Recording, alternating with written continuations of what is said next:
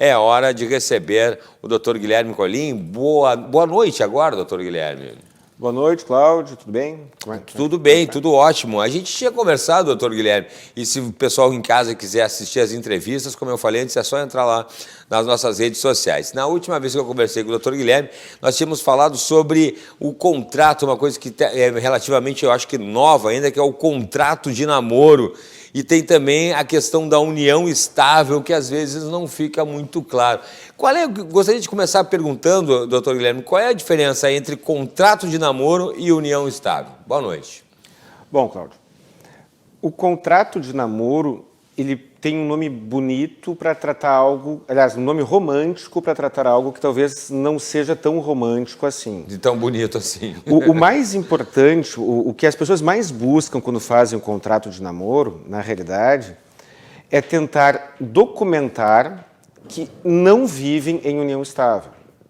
Sim. E existe a união, existe o casamento e a união estável, que trazem efeitos jurídicos, efeitos patrimoniais, efeitos familiares em geral. E existe o namoro, que a princípio não traz reflexos jurídicos. Não existe nenhuma norma que regulamenta o namoro, que conceitua qual é a diferença entre namoro e amizade. Pois é. Mas a diferença entre namoro e união estável, essa é relevante. E o que acontece? Muitas vezes uma pessoa vive uma relação e acredita ser um namoro. Ou seja, acredita que não terá os direitos e obrigações de uma união estável. E, a posteriori, aquela relação poderá vir a ser analisada por um magistrado, por uma ação judicial, e ser classificada como união estável. E aí entra a decepção, ou o prejuízo, ou a frustração, porque aquilo gerou um efeito que a pessoa não desejava ou não sabia que estava constituindo. Né? Perfeito, que a pessoa, então, pode, por exemplo, ela pode querer fazer um contrato de namoro para dizer que não está numa união estável? O objetivo é mais ou menos esse. Só que o contrato de namoro, ele não gera o efeito que as pessoas gostariam. Ele é uma ferramenta. Sim. Ele não garante que aquilo que está escrito será reconhecido como tal em uma ação judicial. Os requisitos da união estável estão previstos lá no Código Civil, artigo 1573. Ali fala em... Primeiro, a redação ela já nasceu obsoleta. Ele fala que a união estável fala que será constituído, será tratado como família a união entre homem e mulher. Sim. Isso já nasceu obsoleto e o judiciário já corrigiu. Tá. Entre homem e mulher que tem uma vida, uma convivência longa, duradoura e com o objetivo de constituir família. Ou seja, são conceitos muito vagos. Pois é.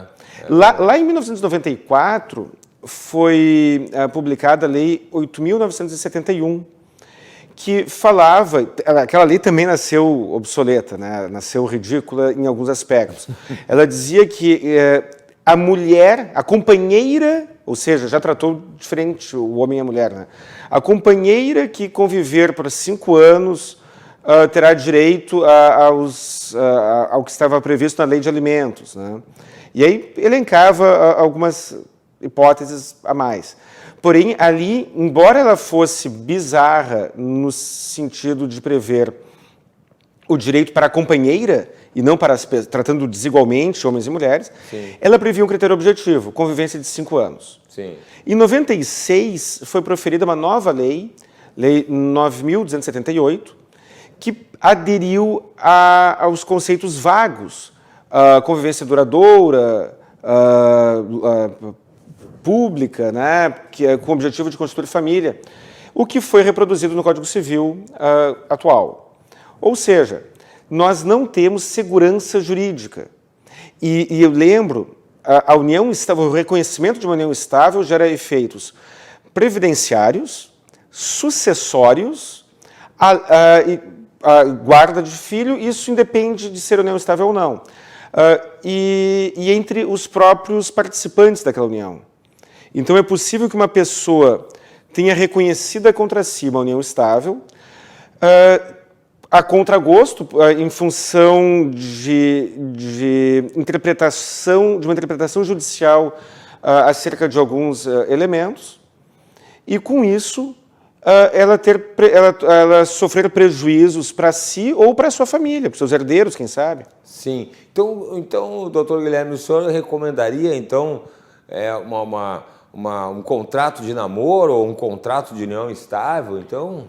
A primeira coisa que eu recomendo é não acreditar que um contrato de namoro garantirá muita coisa. Perfeito.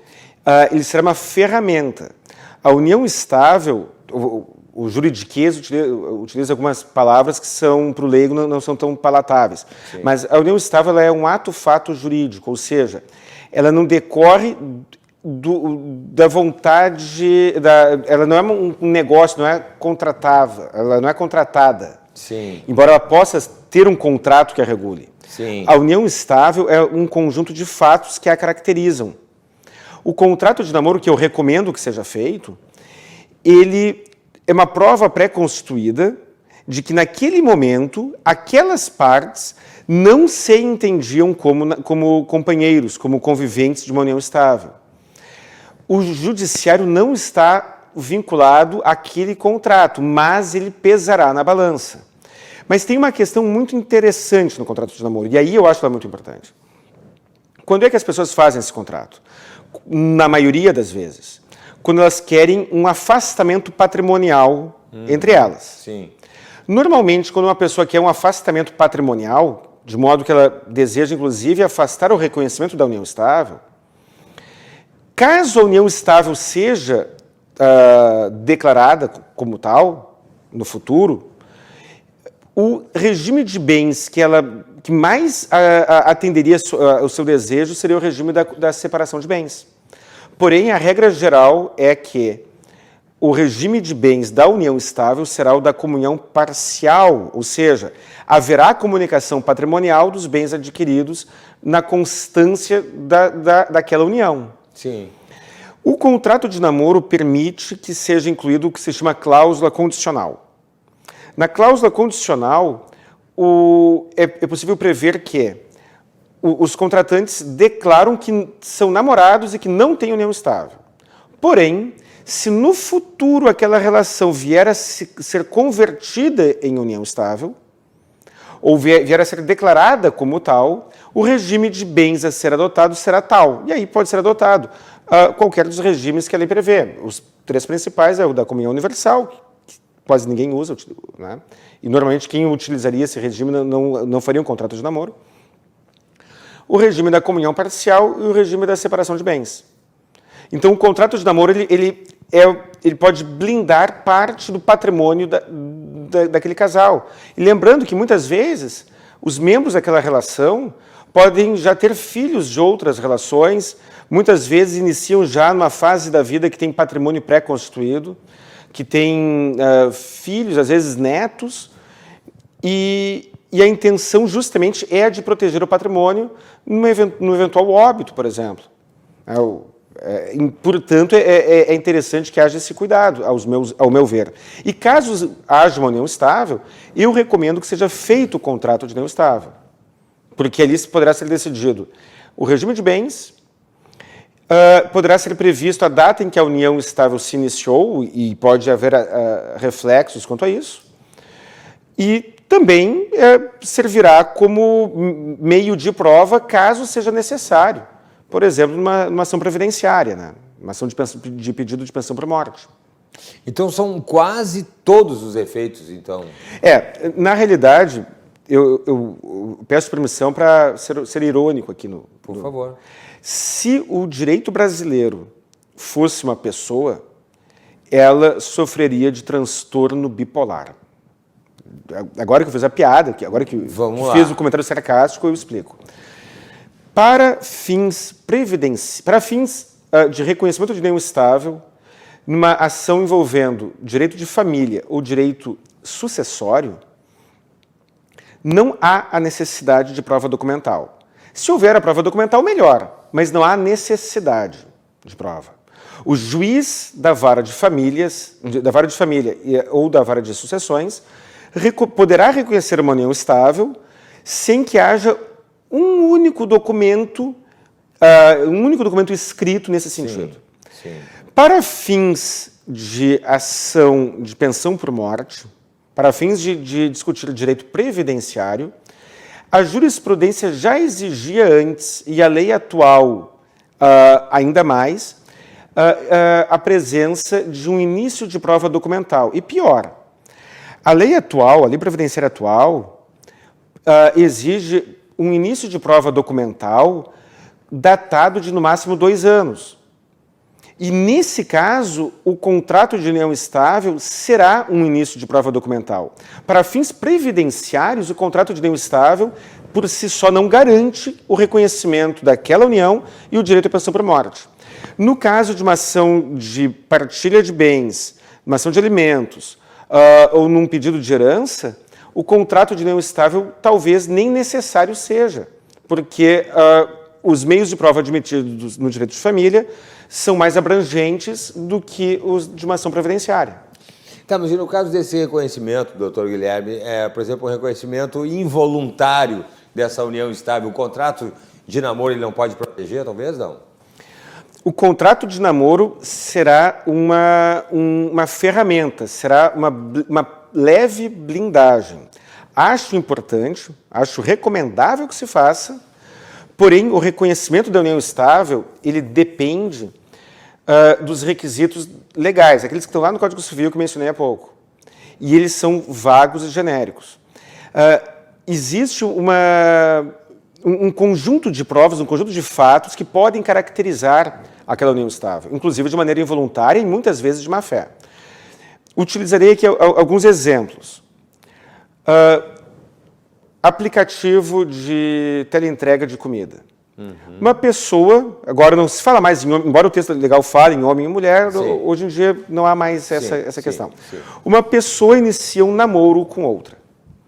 Aí, eventualmente, ou frequentemente, uma dorme na casa da outra e se desloca através de um aplicativo, em que fica registrado o horário e o endereço e a pessoa que fez aquele deslocamento. Sim. Chegando lá, pede uma teleentrega de comida por algum aplicativo, que existem vários nesse sentido.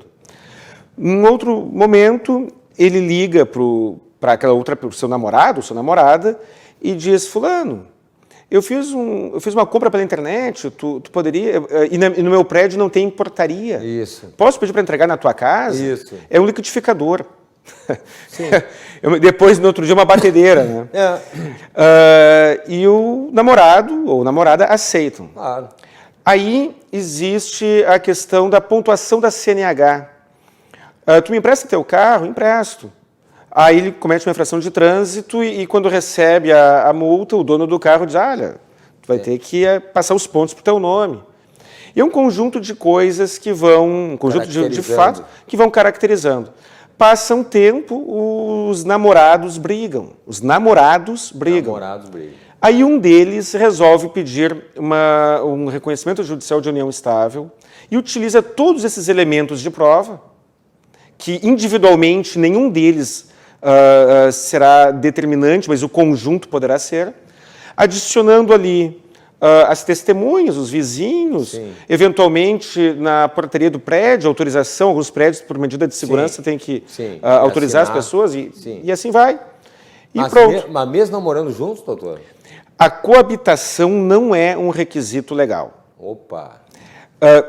É claro que, havendo a coabitação, fica mais fácil de comprovar a união estável. Sim. Só que, normalmente, quando há a coabitação, há a vontade de constituir família. Na maioria das vezes, quando duas pessoas moram juntas e vivem como namorados, na realidade, existe essa intenção na maioria das vezes.